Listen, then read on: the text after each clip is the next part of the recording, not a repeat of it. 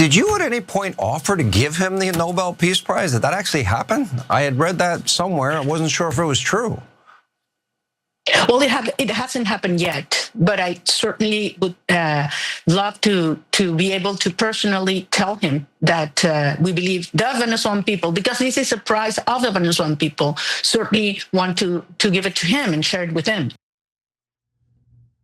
I remember and honestly miss the days when the right wing was against participation trophies, but unfortunately we have an embarrassing president who is obsessed with getting the Nobel Peace Prize, even though he has effectively been bombing 7 separate countries in his second term. But who you just heard from is Maria Corina Machado, who is the Venezuelan opposition leader and the winner of the 2025 Nobel Peace Prize, which has completely discredited the prize in my eyes.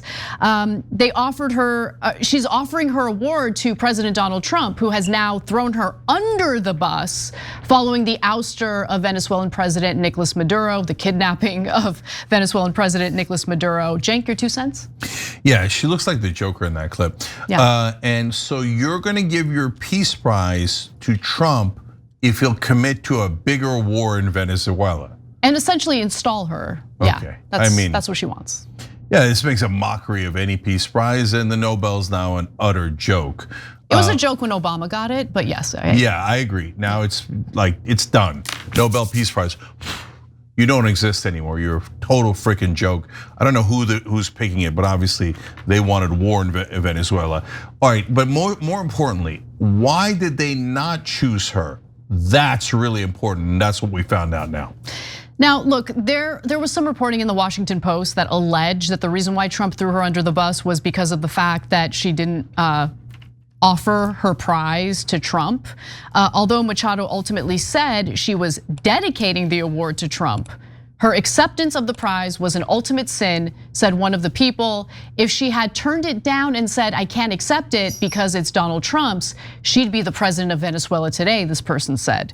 Now, according to the New York Times and the Wall Street Journal, they've kind of poured cold water on that. It was actually the CIA which determined that installing Machado would create too many issues and instability because she's not popular. The opposition leader is not popular in Venezuela. There have been multiple polls showing that to be the case. The Wall Street Journal reports that the intelligence report cited Rodriguez and 2 other top Venezuelan regime figures as possible interim rulers who could keep order.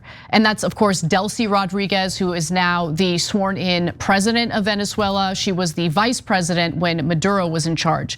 Now, the report concluded that Edmundo Gonzalez, widely seen as the actual winner of the 2024 election against Maduro, and Machado would struggle to gain legitimacy as leaders while facing resistance from pro-regime security services, drug trafficking networks, and potential opponents. More from the New York Times on this. Even though Machado has gone out of her way to please Trump, in reality, her relationship with the White House has been fraying for months, Jerome. So senior US officials had grown frustrated with her assessments of Maduro's strength, feeling that she provided inaccurate reports that he was weak and on the verge of collapse. They also grew skeptical of her ability to seize power in Venezuela.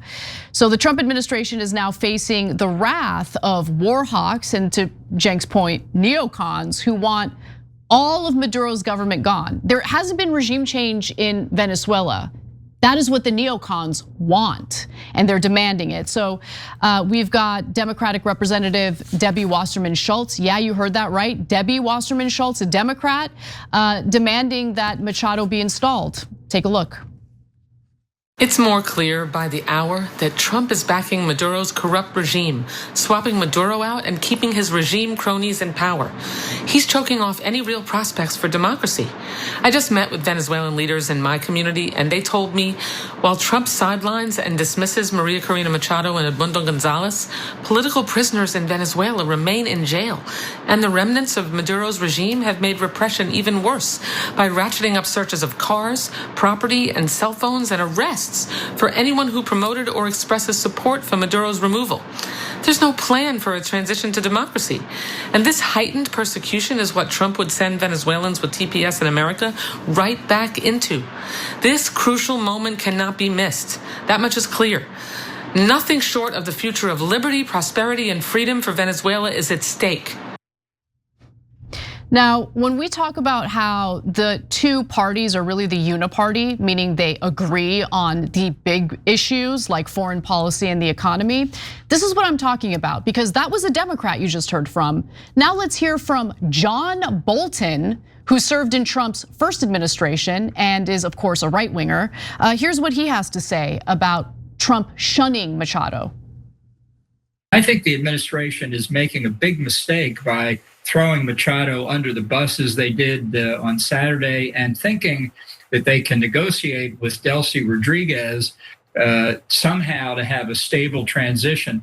The Rodriguez and the other Maduro loyalists are not going to negotiate their own exit from power, at least not for the foreseeable future. It's the opposition in Venezuela that voted overwhelmingly against Maduro, that clearly supports Machado and Gonzalez. Those are the people who can help provide stability, not the failed Maduro regime. So that's who the neocons want. It doesn't look like they're going to get what they want for now, but things could change. What say you, Cenk? Okay, so I think that both the reports, although they appear to be conflicting, are probably true. I think that Trump is a child, and so the fact that she didn't give the prize to him could that have aggrieved him? I mean, before Trump was president the first time around, I would have said, no, that's outlandish. Nobody's that childish, right? But he is, and so I know how mainstream media makes things up. They do it, it's all sleight of hand like a magician. It's all how they frame issues. They get you to look at it from a certain perspective. But rarely do they just make up quotes out of whole cloth. So that probably was very likely an actual Trump insider who told you how Trump feels about it. And you could tell in Trump's public statements, he seems outwardly bitter at her. She's not qualified, she has no respect inside of Venezuela, etc. But now I think the other side is more important and also true, which is they did a calculation inside the government, CIA, whoever it might be, right? And they thought, okay, if we try to do regime change, well, then we're gonna trigger the military, the pro-Maduro militia, and we're gonna trigger all sorts of opposition, and it's gonna be super hard to do it because we're gonna need ground troops. Now, Trump doesn't want ground troops, MAGA doesn't want ground troops, so how's the only way we can get rid of Maduro? Oh, if we keep his infrastructure in place, so then we're not fighting them. They're still happy because they still have their jobs. In fact, they all have one job higher, right? They all move up a little bit. So that calculation is not the worst. It just, like, I don't want to invade or attack Venezuela, etc.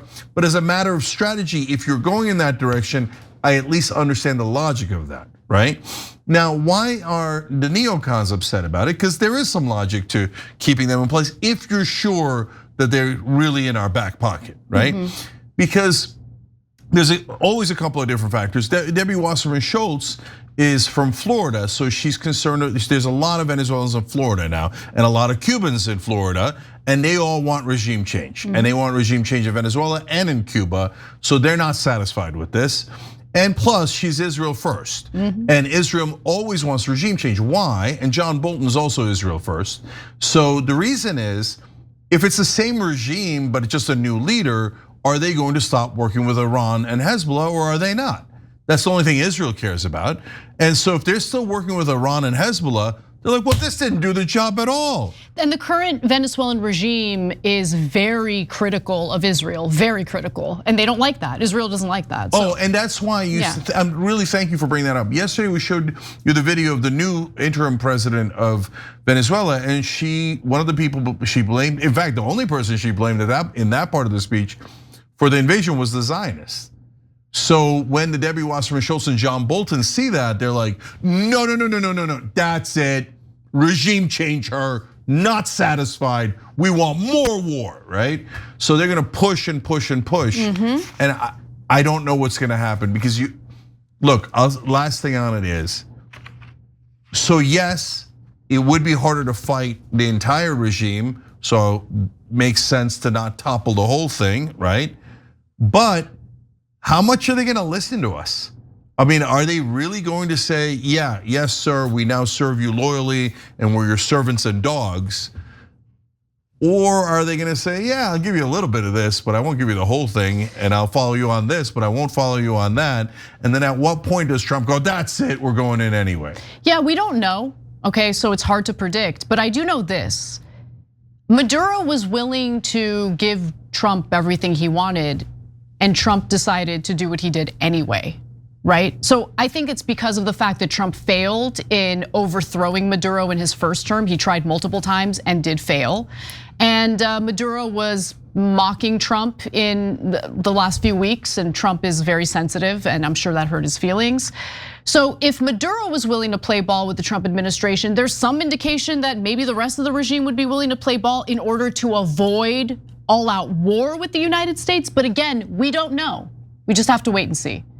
And we are in some ways at their mercy, because if they decide that they're not going to follow our orders, then we have no choice to either go, oh, well, it didn't work, we're losers, and go home, which Trump is very unlikely to do, or go on the ground and try to take them out, in which case we're in a quagmire and an occupation and an epic disaster. And in recent weeks, Trump has downplayed the severity of having boots on the ground. He's like, it's not a big deal if you have boots on the ground.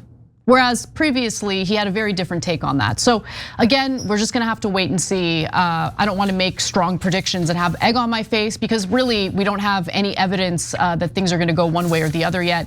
We have to wait. Every time you ring the bell below, an angel gets his wings. Totally not true, but it does keep you updated on our live shows.